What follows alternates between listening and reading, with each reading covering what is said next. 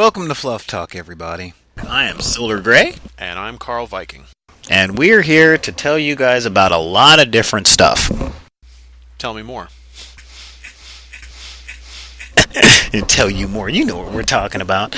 Today we're going to be talking about Ravenloft. Ah, Ravenloft. Yeah, Ravenloft. Now, for those of you guys that are just tuning in for the first time, here at Fluff Talk, we don't talk about game mechanics and stuff specifically. We talk about the stories and game settings and role-playing books that, let's face it, hardly anybody ever reads. Well, game masters read them. Yeah, well, sometimes. Sometimes, yeah. Sometimes, okay. Yeah. But most of the time, players don't. It's really daunting when you pick up a role-playing book, and you're like, okay, so where are the game mechanics part? Story. Ah, fuck it, I'm just gonna have somebody else do it. Yeah, sometimes it's easier to just walk in and say, I am Guy with an axe. Guy with axe. Actually, ironically, that was actually my first character in any game, named first name Black, last name Forrester. Oh, I thought you were going to say first name Black, last name Guy. No. Or middle name Guy. No. Black Forrester, guy with an axe. Yeah, Black Forrester, guy with an axe. And I seriously thought you were going to be like first name Black, middle name Guy. That's racist. Only a little. Only a little. Well, what, guy with axe? Black guy with axe.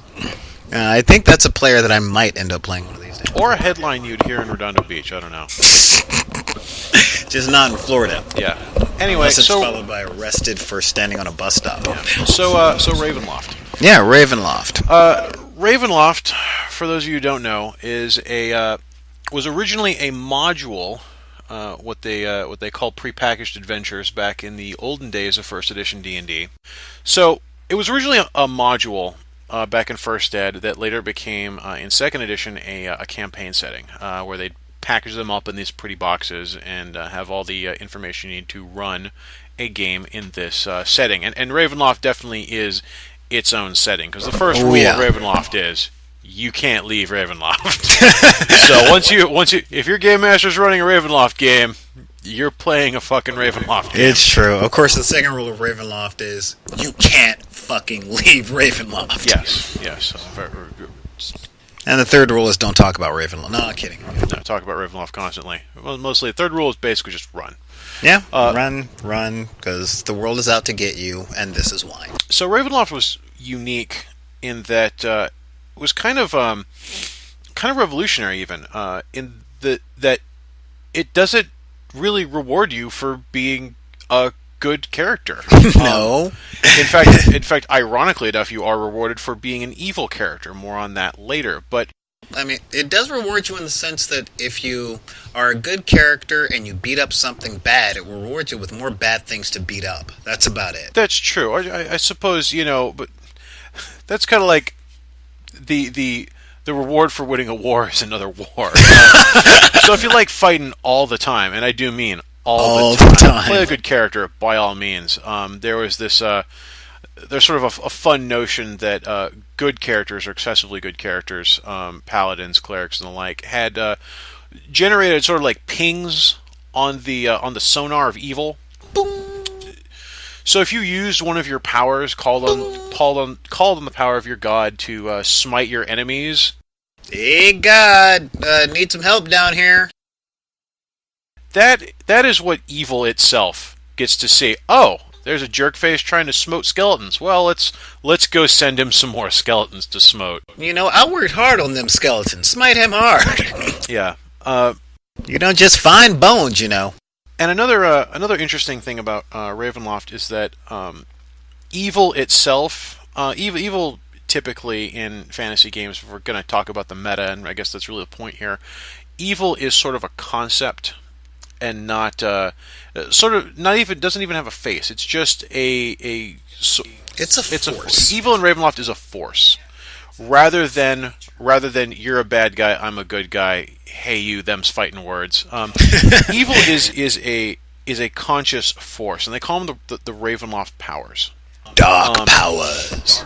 Dark powers. And if anyone's ever seen the anime Berserk, you kind of get a sense of that with the God Hand.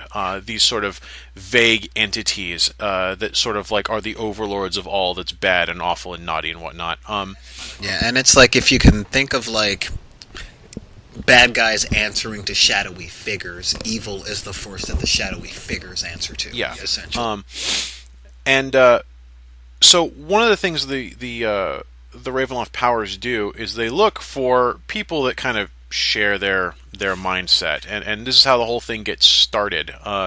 Ravenloft, some guy does something bad somewhere, and it's like, let's say you're. So we take the preeminent example is Strahd von Barovia. Ah, Strahd. He is the Dracula analog. He's also proof that vampires don't fucking sparkle. Yes, but they are blue.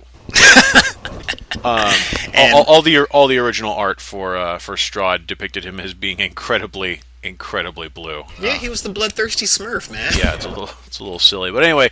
So Vlad is or Strahd, I should say, Strahd, not Vlad. Honest, is such a Dracula analog. His country is invaded by a people called the Turgs. Tergs. Turgs, not the Turks. The Turgs. No, hey, that's nobody's business but the Turgs. Exactly. Right? Yeah. So he does a lot of bad stuff, and eventually gets to the point where instead of dealing with diplomacy, he starts cornholing them, putting them on the castle wall, and so the Dark Powers go, you know what? I like your style. Oh yeah, he definitely got he got the slow clap from the bad guys. Yeah. The whole village. You started by piking the babies. Yeah. Like you pike the babies and you beat the hell out of the parents with the piked babies. So anyway, Strahd's country of Barovia gets made into the first sort of realm of Ravenloft. Now, when we say realm, you have to understand that D&D cosmology is fucking stupid. There is the really real world, which we call the prime material plane, and there are other planes: the astral, the ethereal, the elementals, etc., etc. So, from the prime material, there is the ethereal. In the ethereal, there are these subplanes. One of them is the plane of shadow. Now, in the plane of shadow, where all is dark and spooky, there is a subplane, a demiplane, called the demiplane of dread. The demiplane of dread. So now we've got a plane that's within a plane that is actually separate from the other plane entirely. So I'm a dude who's playing a dude who's actually another dude entirely, and if that was a place, that dude would be Ravenloft. Exactly. And there are other parts on the plane, but right now we're dealing with the plane of dread because that has Ravenloft. So Ravenloft is a self-contained plane, meaning that it's also a patchwork. It's a patchwork for sure. There was a term that they used that eludes me at this point, but it is an inescapable plane. It is a plane all unto itself. Once you're in, there's no way out. Yeah. There ain't no coming back, man. Yeah, there's a huge meta plot about trying to get out of Ravenloft, and basically what we've learned from it is don't do it or you'll explode. So in Ravenloft, you've got these. This realm Barovia was taken to Ravenloft, and all the people were either copied or sucked there. No one really knows. But one thing's for sure is the Dark Lord, this Strahd fellow, lords over this place with an iron fist and is cursed and imprisoned there, and that sucks. And tormented. Yeah, torment's really important. Torture's a big thing in Ravenloft. Oh yeah. And for Strahd himself, it's very psychological torture. It's like, hey, you loved that woman, didn't you? Yeah, guess what? You could totally get her back if you did that. Psych. Yeah. No, denied.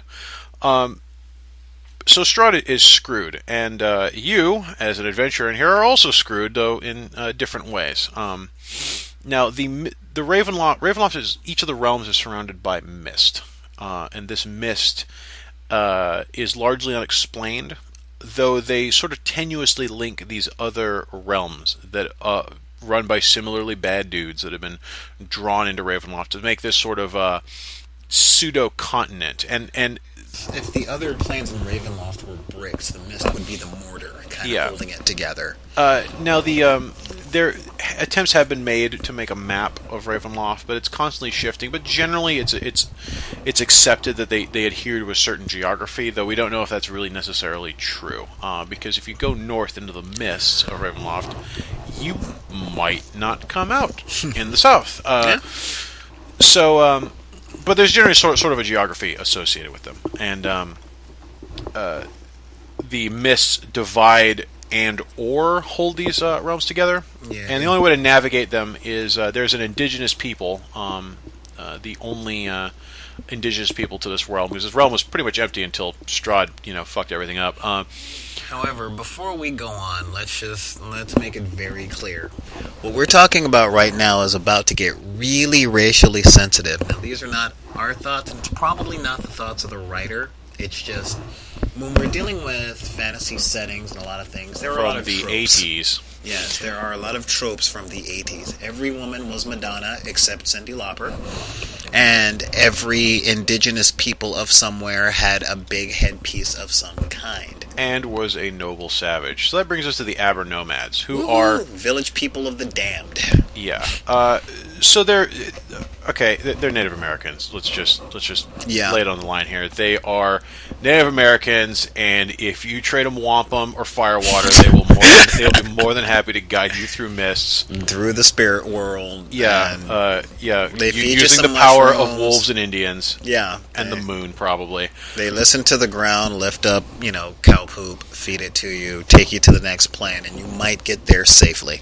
So it's highly insensitive, but that's the setting as written. So these are the indigenous folk here, and they're the only ones that really understand the secrets to navigating the mists. Everyone else is kind of like at the whim of the mists, save for the Dark Lords, who can at times control the mists. I was just flipping through the book. Influence, yeah.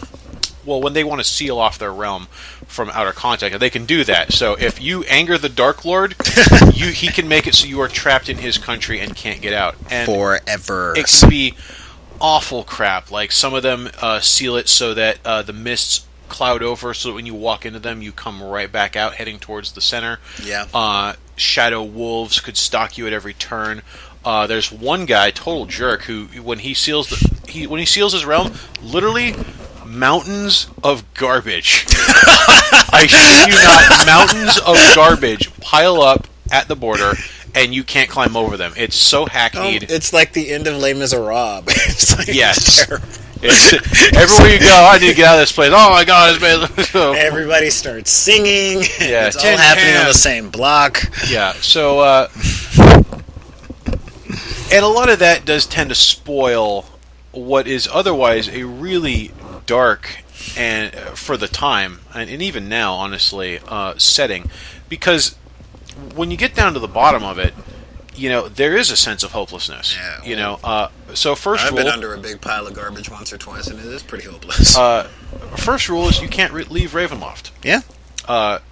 Second rule is if you can't fucking leave Ravenloft. Well, or more specifically, if the Dark Lord is angry, you can't leave the Dark Lord's realm. And the third rule is you can't kill the Dark Lord. Holy crap, it's like Voldemort if he won. In other words, when you start Ravenloft, you lose. I mean, that's just it. If now, you're thinking, I'm going to save the world and have a movie made right. about it, no. Take this world and take a paladin, a crusader o' justice, with his magical sword. Every time, big red S. Big red S. Every time he calls upon the power of his gods, there's a ping on the sonar of evil, who goes, well, that guy needs more friends to play with, and sends them in. And every time he tries to kill the Dark Lord and unseat him, the guy comes back. Even more pissed. Now, not only can you not leave Ravenloft, you can't leave this city. You can't leave this country. You can't leave this castle from time to time. So it steers the players sort of, in terms of the meta plot, sort of towards a dark path. Because if good does not benefit you, what then?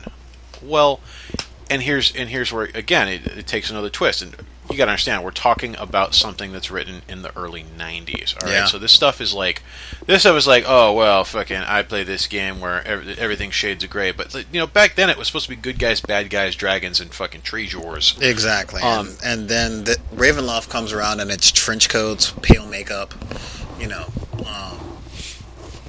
essentially it's all grimdark, lots and lots of leather, and essentially when you're running around Ravenloft, you want to be good, but and this is where a lot of the depth of storytelling comes out. But you're going to inevitably fall into darkness. Exactly. So, and when you do, those Ravenloft powers, they aren't always looking outside of Ravenloft to suck things in. That's true. They're looking in too. Like, you know what?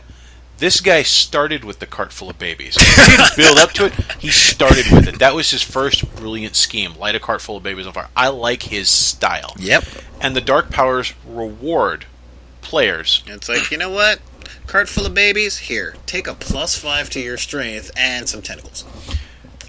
So they reward players with temptation of power, and it's usually minor at first. You get like a boost to something, you become more powerful, and there's a cost. There's always a cost associated with it. It could be a mutation, a dementia. My personal favorite: your eyeballs actually melt out of your sockets and are replaced with pinpoints of light. Love that one. I like the whole eat a handful of dirt from your native. Kick a puppy land. Once a day. Love that. This is all. You can totally fly, but eat this kitten. Yeah, it's the kind of things you bunk glamours with in Old Changeling. Yeah, it's true. It's some absurd thing you have to do to get you these really cool abilities. Yeah, and the deepness comes with if you're a good person, is this power worth it? And it's Ravenloft's job to keep going. Of course, yes, it is worth it. And you're saying it's never worth it because the powers build. And the deformities and the drawbacks build until the point where Ravenloft goes, you know what? You not only do you get the slow clap, but you get the gold star. Fuck you off, and you get your own shitty realm that you're imprisoned in forever.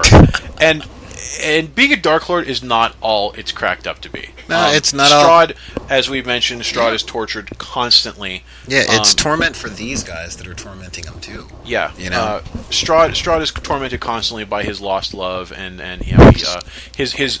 There's a girl he loved. I think of the fluff. There's a girl he loved, and she was going to marry his brother, and then he just flipped out one day, killed his brother, and then chased her to the top of this tower where he confessed his love for her, and she leapt. Yep. And so he has to deal with that crap every single day. And there's always these little things in Ravenloft that says, you know what?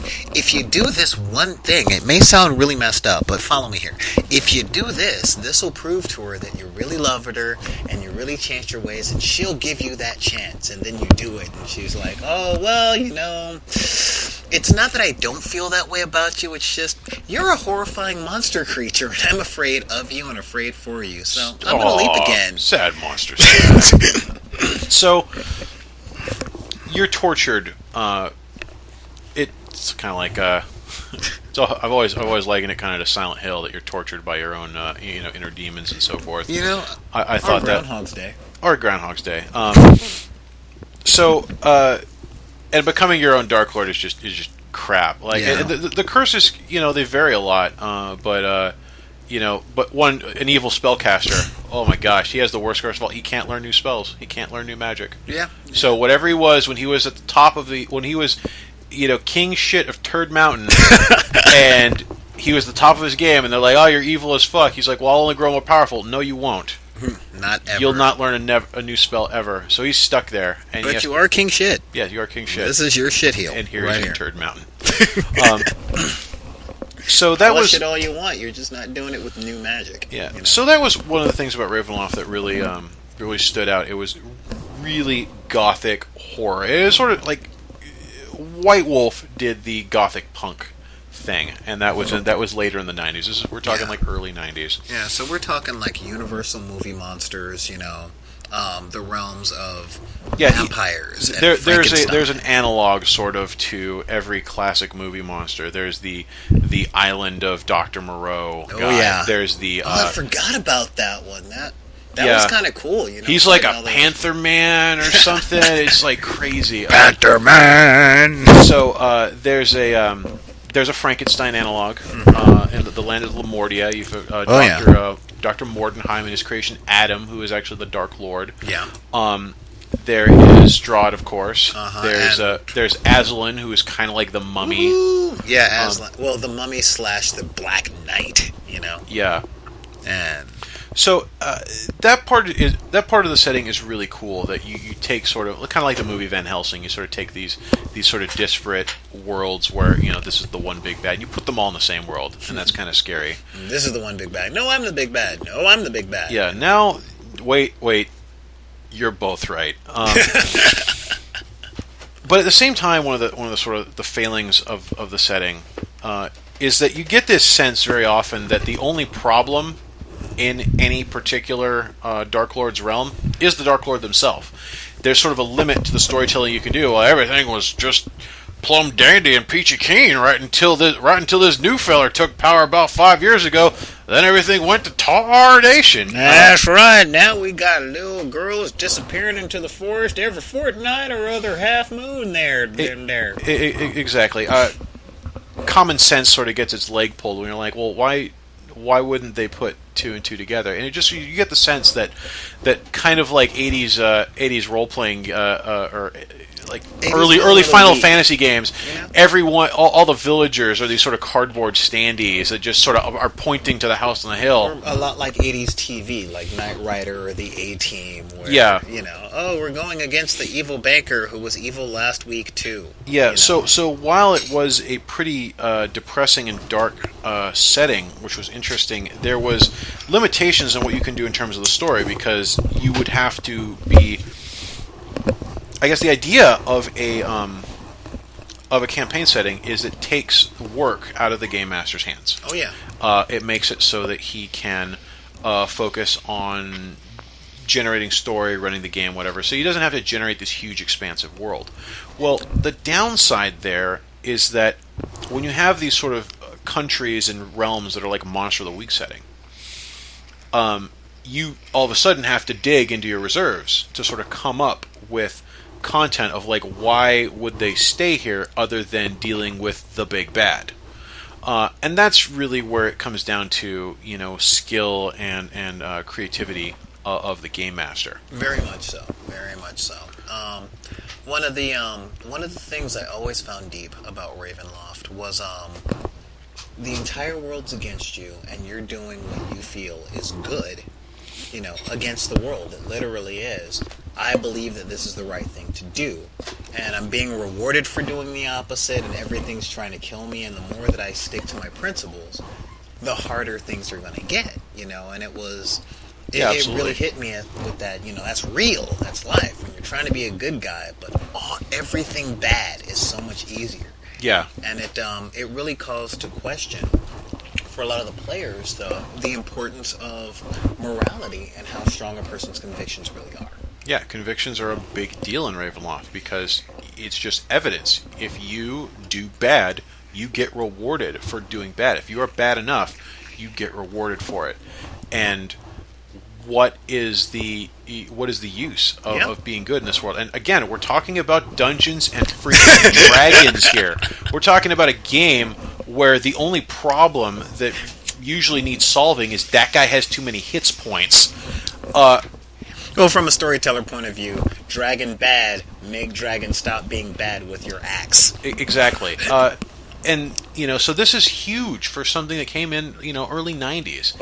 A setting itself that lent itself to this sort of dark, brooding, sort of cerebral kind of roleplay. And, the wrong kind of game master, the wrong kind of players can just F this up tremendously. Oh, man, so many Ravenloft games, like I've seen over the years start with, we're all good, and by the third session, they're just bad of the bad. The Dark Lords are like, hey, you guys want to come over for coffee?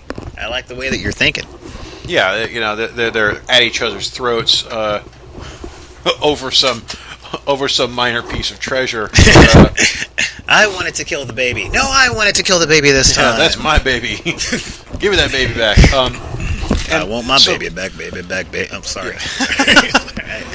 Had to. So another thing about Ravenloft, and it's something that we get less and less of these days, but I mean D&D 2nd edition was actually really good about this, was the just absurd amount of fluff that went into it.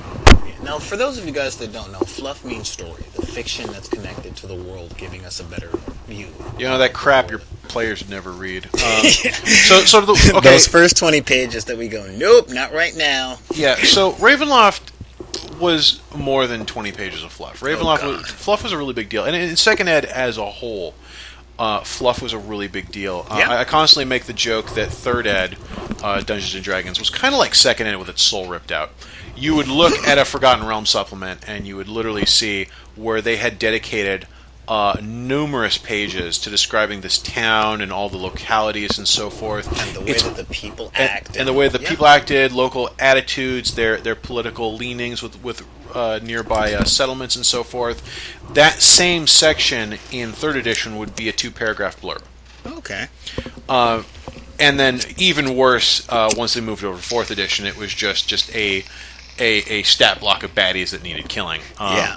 And a suggestion of terrain pieces you can use to accomplish that. And, like, seriously, we're literally talking about, like, Ravenloft, you get, like, a 4-chapter book to say, hey, this is what was going on, or back in 2nd edition, rather.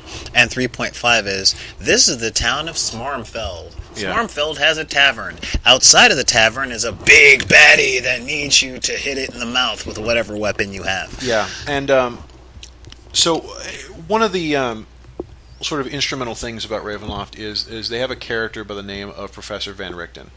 And he's sort of the monster hunter educated scholar of the day. And bravo to TSR at the time, for they put out these supplements called Van Richten's Guides. Oh man, back in the Gygax days. Yeah. Now I have them collected into 3 books, but they were originally all released as small sort of pamphlet supplements. And they were just supplements filled with nothing but fluff. Like, you would pay money that you earned or your parents gave you to buy these supplements to just read about a game setting. Yeah. That's crazy talk, you know. Nowadays, when you buy a supplement, you got to have rules. You got to have stat blocks. You got to have new weapons, feats, charts, crazy lots powers, of charts. you know, maps, something like that. Van Richten's Guides had none of this. No, it was just in-game writings by this scholar on how best to combat certain creatures within the world of Ravenloft. Yeah, it was fantastic. Like, you could read the books having that old, like, explorer's voice. Like, upon going into this place, I've discovered that ghosts can be repelled using certain holy relics. Yeah, and the cool part about this is these were intended to have been written in the game world. It is entirely conceivable that the players could come across these things. And, absolutely. And this was a big deal because nowadays, at least in Dungeons & Dragons in particular, learning the weakness of a monster has been kind of reduced to a function of knowledges. Oh, God, yeah. Whereas in 2nd edition, you didn't have knowledges. You had them kind of proficiencies, but there's just no equating here. But you found out by experience. Exactly. If you needed to learn the weakness of a monster, you had to learn the weakness of the monster. And by that we mean you had to find the monster and kill it in the face. Right. And you couldn't just roll a die and summon knowledge from the cloud and just know, oh, that thing's weak against cold. Yeah, it's like medieval Google, right? Yeah, exactly. Medieval Google. I like that. I'm gonna use that knowledge base. Hey, I've got +5 to my Google Foo. Yeah. So knowledge of monsters' weaknesses was not a thing. It was not a thing in 2nd ed, and these books told you, like, so they were valuable resources, like learning ways to combat monsters. And you know, I thought it was just so cool at the time that they would print these things. I totally agree. I mean, before a lot of this stuff came out, one of the biggest parts of the adventure was to actually find out what kind of monster you got. Because, you know, according to the stories, you didn't know what a mummy or anything was. You were an adventurer. You weren't like the guy who wrote and then these books. you could have these sessions where all they were doing was a plan to trap this golem or whatever, and you know, sort of bring it into a shooting gallery and kind of exterminate it. Sort of playing Monster Hunter, which was really kind of cool, and I dug that a lot. And the expansions they eventually did for Ravenloft were great. They did Mask of the Red Death, which was Ravenloft adventuring, the idea that you're still in the demi-plate of dread here, everything's dark and horrible, but now it takes a it's spin. Edgar Allan Poe. Now it's written by Poe. Now you're in the Victorian era. So instead of being in a standard medieval village, you're on a luxury liner sailing across the Atlantic. Dark Lord of the Rings to follow the House of Usher. Yeah, Mask of the Red Death.